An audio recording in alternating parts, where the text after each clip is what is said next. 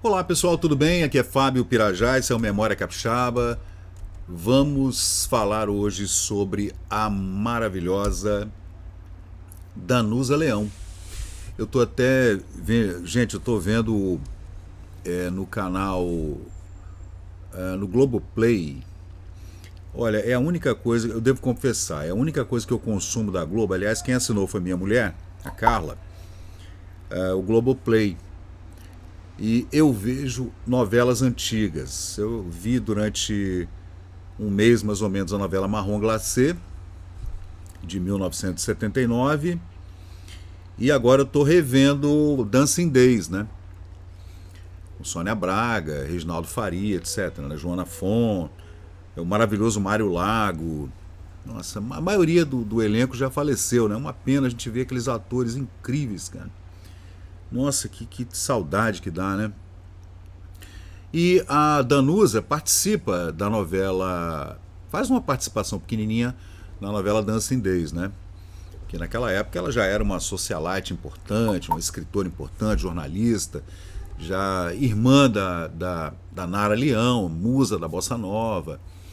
Mas a Danusa, deixa eu colocar aqui para vocês, a Danusa começou a carreira dela. Ela, gente, ela é conterrânea nossa, de Itaguaçu, da minha família, da minha bisavó Melânia Bride.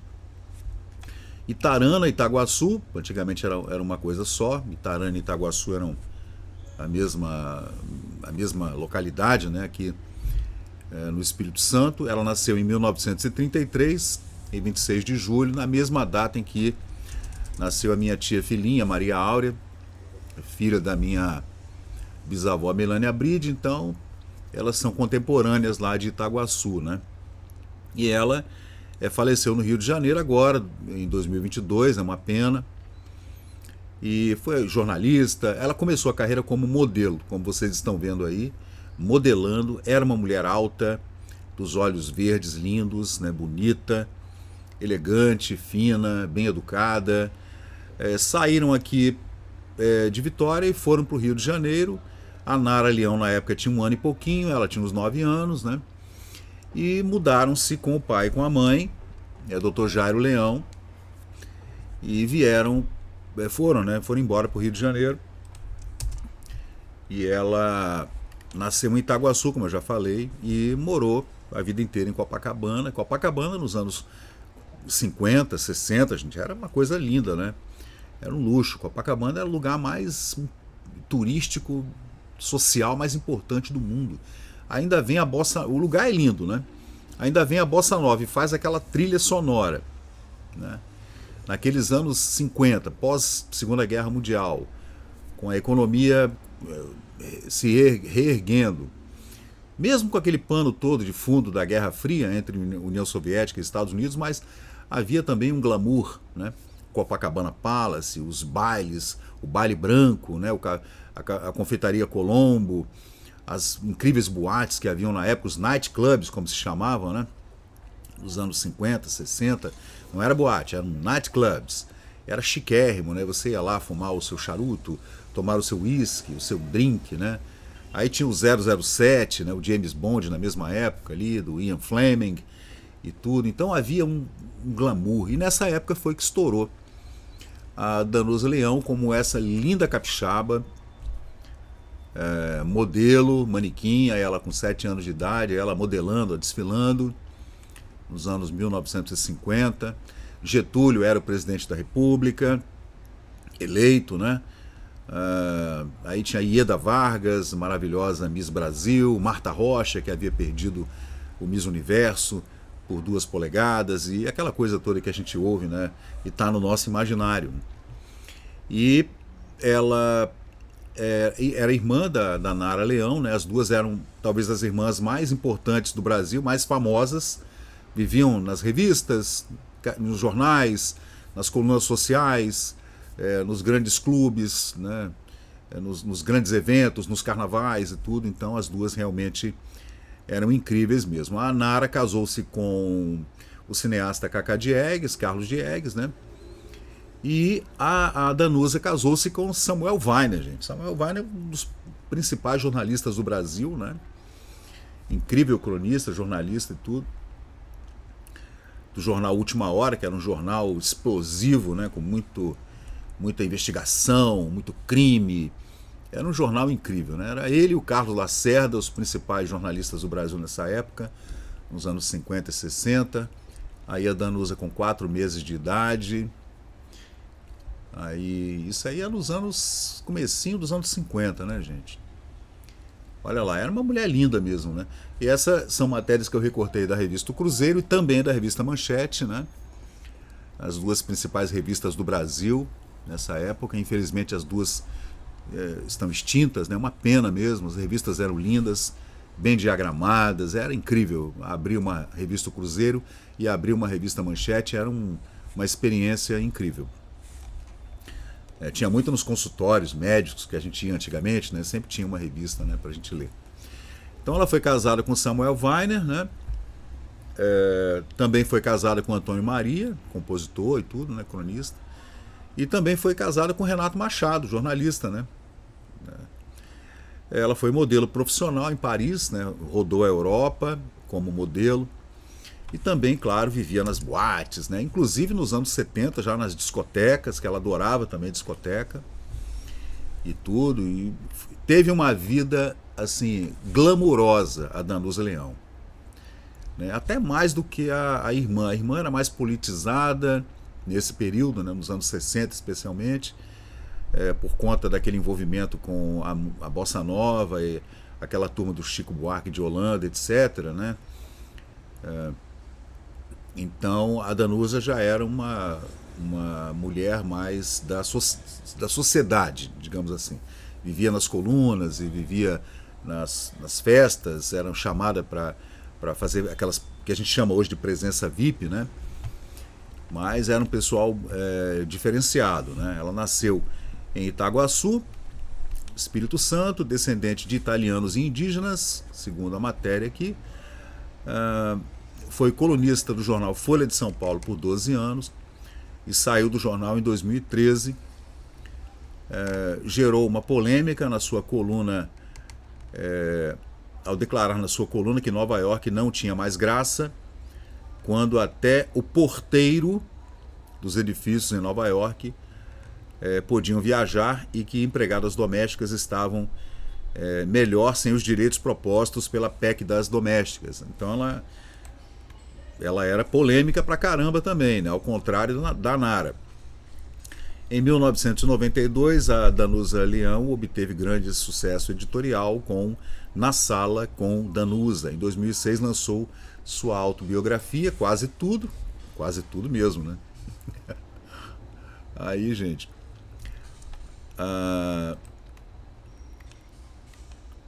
ela ganhou a moda em Paris, numa matéria da revista Manchete de 1952, que fala assim: Danusa Leão é uma das criaturinhas que sempre exigem um adjetivo. Aí, ó. Aí é em Veneza, né? As balzaquianas acham que ela não é tão jovem quanto diz. As gordas opinam que é magra demais. E as magras consideram que não é magra, que é até meio gordinha. Olha que texto bacana, né? Para os jovens é uma autêntica uva. Antigamente era assim, as mulheres, você falava, nossa, fulano é uma uva. E as mulheres falavam, nossa, fulano é um pão. É engraçado, né? Os velhos consideram-na excêntrica e aos tartufos deve parecer levada na breca. Dos intelectuais ganha o título, bem na moda, de existencialista. Tudo isso porque nela sobra o que falta em muita gente: personalidade. Capixaba de nascimento, mas carioca, bem carioquinha, para todos os efeitos, filha do advogado Jairo Leão e da sua esposa, Dona Altina Lofego Leão. Danusa estudou no Sacré-Cœur Marie, no Rio de Janeiro, fala inglês, francês, italiano e adora tocar violão. Você vê que essa veia musical é familiar, né? A Danusa e a Nara, as duas eram boas violonistas. Naquela época todo mundo estudava violão ou piano, né? Ali nos anos 40, 50, 60. Foi apresentada à sociedade num baile de debutantes em 1948, então apenas com 14 anos. Em pouco tempo se projetou frequentando festas as mais elegantes do Rio de Janeiro, né? Aí, gente, numa festa de caridade realizada no Golden Room, famoso Golden Room do Copacabana Palace, desfilou com senhoras e senhoritas da sociedade, destacando-se como uma das mais elegantes e graciosas. Você vê que essa graça que ela tinha, segundo o texto aqui, era uma coisa inata. Ela era realmente assim. É claro que foi criada dentro de um padrão estético bacana e tudo. Era uma mulher alta, bonita, né, magra e tudo. Então ela tinha também essa personalidade que era muito forte, né? E era graciosa ao mesmo tempo. Então ela acabava virando uma incógnita, assim, né? Era uma mulher muito bonita, a Danusa, tá, gente? Parecia até um manequim profissional, segundo disseram quem viu ela desfilando no Golden Room do Copacabana Palace. Passou então a ser figura obrigatória em outros desfiles de fins lucrativos, de caridade, né? Sem fins lucrativos. Começou a ser convidada com 14, 15 anos para desfilar. Aí ela viajou para a Europa, né? E começou a entrar para a aristocracia italiana, naquelas boates de Paris também, começou a ser chamada para desfiles e coquetéis e presença VIP e para aqueles festivais de cinema que eram famosos e tudo, né? E no Festival de Cinema de Punta del Este, aqui no Uruguai, ela deu autógrafos, foi confundida com atrizes de Hollywood, do cinema europeu, etc, né? Porque realmente ela fazia uma presença muito bonita, né? Ali, por ter se portado de maneira inconveniente com com a sua presença, Daniel Gelin, o astro de cinema francês, ou Daniel Gelin, foi esmurrado pelo jornalista brasileiro Jacinto de Tormes. Posteriormente, Gelin, curado do pileque, pediu desculpas a Danusa, deu em cima dela de forma agressiva, né, o francês, e o jornalista brasileiro deu-lhe um soco na cara. Depois que ele curou-se da carraspana, ele foi lá pedir desculpas para ela e tudo, ficou tudo bem, né? Isso lá no Festival de Punta del Este. E ela atua também no teatro, né, na televisão também, né? Era uma cronista incrível, jornalista incrível, polêmica, né, bastante polêmica. Onde que está a Danusa aqui, gente, nessa foto? Eu acho que nessa foto... Ela está aqui, ó, com esse bonito chapéu branco na cabeça, parece um turbante, né? Aí ela na praia, sempre simples também ao mesmo tempo. Você vê que o Rio de Janeiro nessa época recebia muitos atores e atrizes de Hollywood para suas avant-premières, né? Só não aconteceu em 1939 com a avant-première de O Vento Levou. É claro que o Brasil não ia ter como trazer para cá o Clark Gable, a Vivian Leigh ou a Olivia de Havilland, porque aí eram cachês astronômicos, né? Mas posteriormente o Brasil acabou trazendo para cá muita gente para essas avant-premières de filmes importantes, né? O Cassino da Urca, o Brasil tinha cassinos e tudo, então nos anos 40 isso foi muito forte. Depois o cassino foi proibido, aí o Brasil parou de receber essas celebridades assim para essa presença VIP para lançamento de filmes, né? E você vê que a Danusa viveu isso aí. Danusa, fora dos salões e das boates, gosta de se vestir esportivamente e com a maior simplicidade possível. Na capital baiana, quando da inauguração do Hotel da Bahia, como hóspede especialmente convidada pela direção do hotel, passeou pela cidade vestida com um macacão que se destinava a um faxineiro do moderníssimo estabelecimento do hotel. Eu até coloquei aqui para vocês, né? Essa fotografia dela vestida com esse macacão. Cadê? Onde é que tá? Aqui, ó. Ela pegou um macacão do faxineiro, né? Colocou e saiu por Salvador, andando para lá e para cá, sem o menor problema. Sua última travessura foi se tornar manequim profissional em Paris, onde ainda se encontra. Essa é uma matéria de 1952. Ela nasceu em 1933. Então ela tinha 18, 19 anos quando, né, foi embora para Paris para seguir uma carreira de modelo. Então, como convidada dos diários associados, do Assis Chateaubriand, né, da TV Tupi, posteriormente, né, inclusive da revista, né, O Cruzeiro, estava na festa de Jacques Fath, em seu castelo em Corbeville, quando foi descoberta pelo famoso costureiro. Impressionado com a elegância natural da Danusa, ofereceu-lhe então um contrato de 100 mil francos mensais para passear com seus vestidos. Olha que interessante. E a travessa Girafinha é este o seu apelido na intimidade, não hesitou. Espera agora continuar em Paris, dispensando a boa mesada que o pai lhe manda, trabalhando como modelo. Foi assim que na capital da moda, em Paris, ganhou o primeiro manequim. Paris ganhou a primeira manequim internacional, diria, a primeira top model brasileira foi Danusa Leão, com 19 anos, né? Uma das mais jovens modelos do mundo, né? Brasileira, atuando em Paris. E aqui eu fiz uma coletânea incrível de fotografias dela, com várias matérias contando a vida dela antes dela virar a jornalista, que ia contar histórias também, né? Até porque também ela era casada com Samuel Weiner, né, gente? Então, o Samuel Weiner era um jornalista incrível e... Vou colocar aqui para vocês verem, o Samuel Weiner era um cara muito polêmico, né? Dono do jornal Última Hora, tá aí ele. Esse era o marido da Danusa Leão. A biografia do Samuel Weiner, etc. Aí, ó. Esse é o Weiner. Gente, incrível, né? E ele...